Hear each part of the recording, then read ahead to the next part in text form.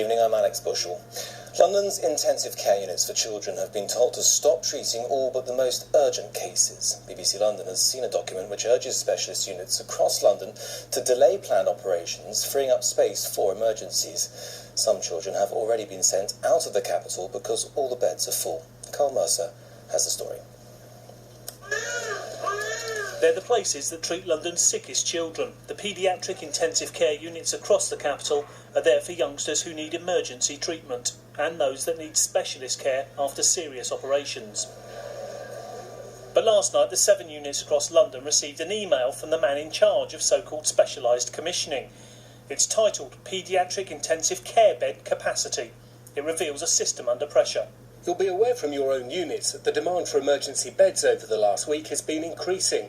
While this is not unusual at this time of the year, there have been periods where there have been no beds available for referrals to the emergency transport teams, and 3 children have now unfortunately been placed outside of London. It's believed one of those children was sent hundreds of miles to the north of England for specialist care. The email then goes on to ask the units to look at stopping non-urgent planned operations. I am therefore asking you to review the requirement to proceed with non-urgent elective operating lists during this time, and to confirm that all steps to reduce planned demand for intensive care have been taken by your trust. The email signed Will Huxter, who's the Regional Director of Specialised Commissioning in London. The paediatric intensive care units are made up of around 10 to 20 beds at some of London's best-known hospitals, spread across all corners of the capital. It's believed there are around 90 beds in total across the city, although that number does go up in winter.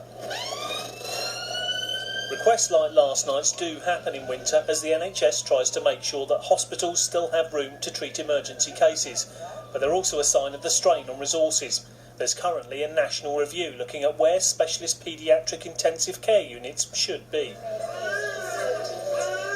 The NHS in London wouldn't be interviewed today. In fact, one paediatrician was told he couldn't speak to us. In a statement, though, they did say they'd taken the action to make sure the sickest patients got the care they needed when they needed it most. Carl Mercer, BBC London News. Well, as we've been hearing, Sarah Olney